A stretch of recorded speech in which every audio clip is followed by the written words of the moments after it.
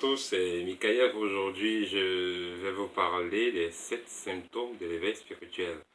Parce que parfois, quand on engage le chemin de la spiritualité, surtout du véritable éveil spirituel, on ne se rend pas compte qu'on manque d'évoluer. Donc, dans cette vidéo, je vais vous détailler, en fait, qu'est-ce que c'est que les 7 symptômes de l'éveil spirituel. En premier, nous avons la paix intérieure et la confiance en soi. Quand on commence à se développer spirituellement, avec un système spirituel qu'on a engagé, peut-être du yoga ou bien du bouddhisme ou ou la spiritualité peut-être africaine ou autre, avec le temps qu'on commence pour savoir qu'on est dans la véritable voie, la première chose c'est la paix intérieure. Et puis on a de plus en plus confiance en soi. On n'est plus trop inquiet, bon, qu'est-ce qu'on va manger demain? Est-ce que on va réussir tel examen? Est-ce que on va trouver l'âme sœur? Donc bref, on a la paix intérieure et puis on sait que tout ira bien. Donc le premier point, c'est la paix intérieure. Le deuxième point, c'est les nouvelles fréquentations, les nouvelles activités. Parce que quand on monte en vibration, avec le temps, on n'est plus trop attiré par ce qui nous attirait avant. Ça veut dire quoi? Vous commencez à un peu comprendre le sens de votre incarnation dans cette réalité, dans cette vie. Donc, si vous étiez un accro des boîtes de nuit ou des McDo, je ne sais pas trop, avec le temps, vous n'avez plus trop attaché à cela parce que ça ne vit plus en harmonie avec vous. Pareil avec des contacts, des amis qui peut-être aimaient toujours vous contacter pour aller boire ou aller faire des choses qui ne vous font pas évoluer spirituellement. Vous, par contre, vous ne serez plus tellement attiré par ce genre d'amitié, par ce genre de contact.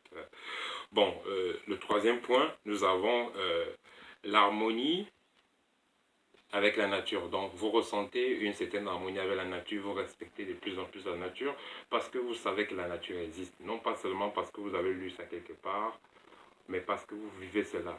Vous, quand vous êtes en face d'un arbre, vous êtes en face d'un animal, vous sentez qu'il y a une intelligence à l'intérieur, vous sentez que ça vit. Pareil, si vous êtes devant un rocher, devant un cours d'eau, vous sentez que ça vit, vous sentez qu'il y a une force à l'intérieur, qu'il y a une force derrière tout ça. Donc, ce qui fait qu'avec le temps, quand vous évoluez spirituellement, plus vous êtes en harmonie avec la nature, plus vous la respectez. Et c'est ainsi que plus vous allez respecter, plus elle aussi, elle sera bon amie avec vous. Donc, ça veut dire qu'elle sera favorable à vous. Voilà. Euh, le quatrième symptôme, c'est le désir altruiste. On comprend que, en évoluant, on comprend que autrui, c'est soi. Donc ça veut dire que plus vous évoluez, plus vous ne ressentez plus le besoin d'être colérique envers autrui ou d'être rancunier. Donc plus vous évoluez, plus vous devenez plus altruiste. Vous avez plus le sens de faire du bien et l'amour du prochain, le partage. Le cinquième point, vous avez de nouvelles allergies, autant pour moi. De nouvelles allergies, ça veut dire que si avant vous aimiez beaucoup de parfums ou fumer de la cigarette ou boire beaucoup d'alcool, avec le temps, quand vous allez évoluer spirituellement, vous ne serez plus tellement attiré par ces grandes marques de parfums ou ces alcools, boire n'importe comment ou fumer n'importe comment. Pourquoi? Parce que vous ressentez en vous ce que ça fait au niveau vibratoire. Donc vous allez ressentir exactement ce que ça fait dans votre corps quand vous fumez ou quand vous buvez excessivement ou quand vous mettez certains parfums. Parce que plus vous évoluez, plus vos chakras sont développés. Et quand les chakras sont développés, on développe ce qu'on appelle l'hypersensibilité. Donc ça veut dire que vous devenez hypersensible au monde spirituel, ce qui fait que vous devenez également hypersensible au monde, au plan vibratoire. Ça veut dire que, étant donné que tout ce qui est visible est vibration, vous allez donc pouvoir interpréter de façon spontanée les vibrations émises par la cigarette, les vibrations émises par certains parfums, et puis vous ressentirez que c'est pas bon pour vous. Même si vous allez voir des gens l'habitude d'utiliser X ou Y parfums pour se purifier ou pour faire quoi que ce soit, mais pour vous, vous ressentirez que ça c'est de la pollution, que c'est pas bon. Donc Voilà le 5e point.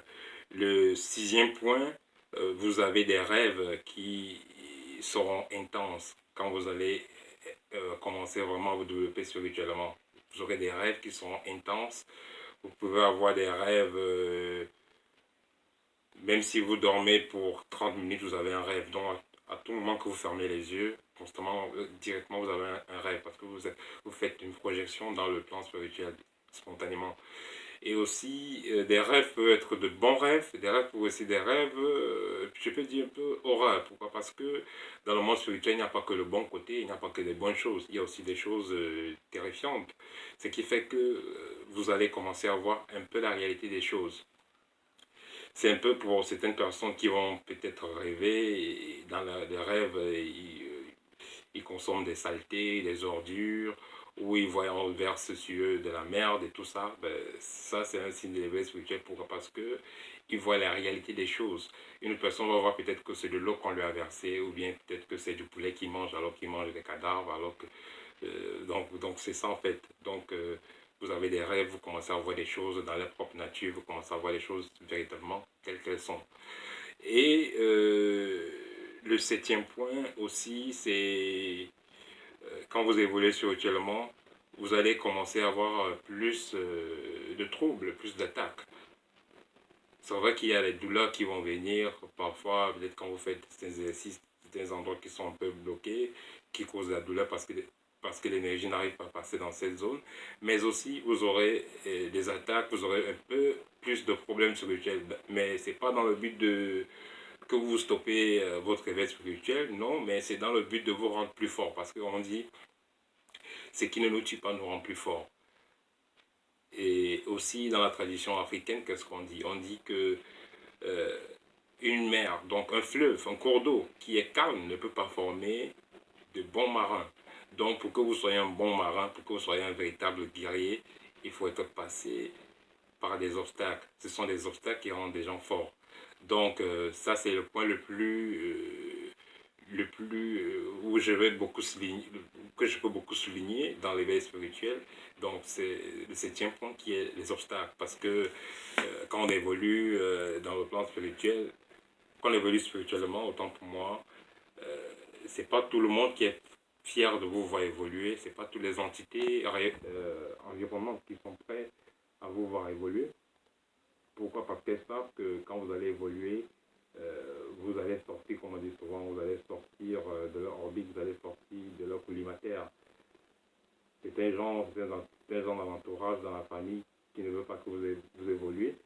C'est parce qu'ils ne veulent pas que vous sortez de leur collimateur. Donc, ce qui fait que vous pouvez engager la voie du développement spirituel après quelques mois ou quelques années, vous avez des problèmes avec telle ou telle personne. Justement, c'est parce que votre taux vibratoire ne lui permet plus d'avoir accès sur vous ou sur votre vie. C'est pourquoi ne soyez pas surpris quand vous commencez à évoluer spirituellement que vous aurez des problèmes. Et quand vous entrez un peu dans l'histoire de beaucoup de gens qui ont atteint de grands niveaux spirituels, presque tous ont eu des problèmes spirituels. À un moment donné, ils étaient contraints peut-être d'abandonner. Quand on voyait l'histoire du Bouddha, à un moment donné, il fallait qu'il abandonne sa spiritualité, mais il a refusé d'abandonner. Il a préféré plutôt laisser la famille de côté pour pouvoir s'évoluer spirituellement.